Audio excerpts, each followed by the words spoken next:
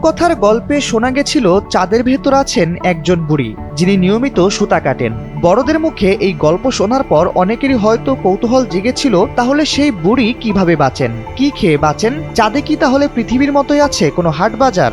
দীর্ঘ 53 বছর পর আবারও চাঁদে গেছে মানুষ, আর সঙ্গে নিয়ে গেছে আমের salad, spicy green beans, blueberry granola ও টর্টিয়ার মতো খাবার, এবং সাথে আছে প্রায় 10 ধরনের পানীয়। কিন্তু প্রশ্নটি এখানে নয়। প্যাকেটজাত খাবার হলে তা অনায়াসেই বহন করে নিয়ে যাওয়া যায়, কিন্তু সম্প্রতি শোনা যাচ্ছে আর্টেমিস 2 মিশনে বিশেষভাবে নজর দেওয়া হয়েছিল নভোচারীদের খাবার মেনুর ওপর। কারণ এই খাবার যেমন তাদের শরীরের জন্য গুরুত্বপূর্ণ, তেমনি মহাকাশের মতো জায়গায় যেখানে একটু এদিক সেদিক হলেই সর্বনাশ, সেখানেও খাবার মেনুতে প্রাধান্য দেওয়া হয়েছে বিজ্ঞানকে।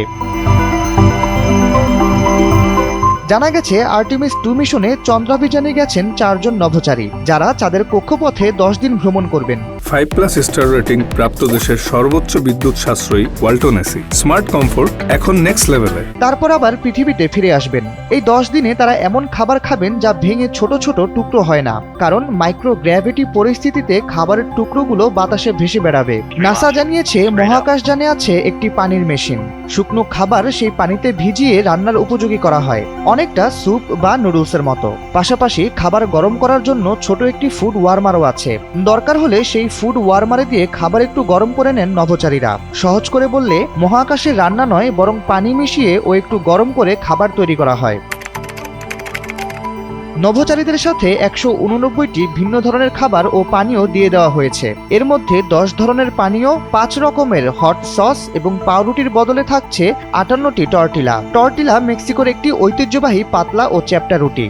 আমাদের দেশের আটা বা ময়দার রুটির সঙ্গে এর অনেক মিল থাকলেও এটি সাধারণত আরো বেশি পাতলা ও নমনীয় হয়। সাধারণত ভুট্টা বা গমের আটা দিয়ে এই খাবারটি তৈরি করা হয়। সাধারণ পাউরুটি বা বিস্কুট খেলে প্রচুর গুঁড়ো তৈরি হয়। মহাকাশে এই গুঁড়ো যন্ত্রপাতির ভিতরে ঢুকলে বিপদ ঘটতে পারে, কিন্তু টর্টিলা ছিঁড়লে কোনো গুঁড়ো পড়ে না। তাই নভোচারীদের খাবারে পাউরুটির বিকল্প হিসেবে এটি দিয়ে দেওয়া হয়েছে। পাশাপাশি তাদের মিষ্টিমুখ করার জন্য রাখা হয়েছে পুডিং, কেক ও চকলেট।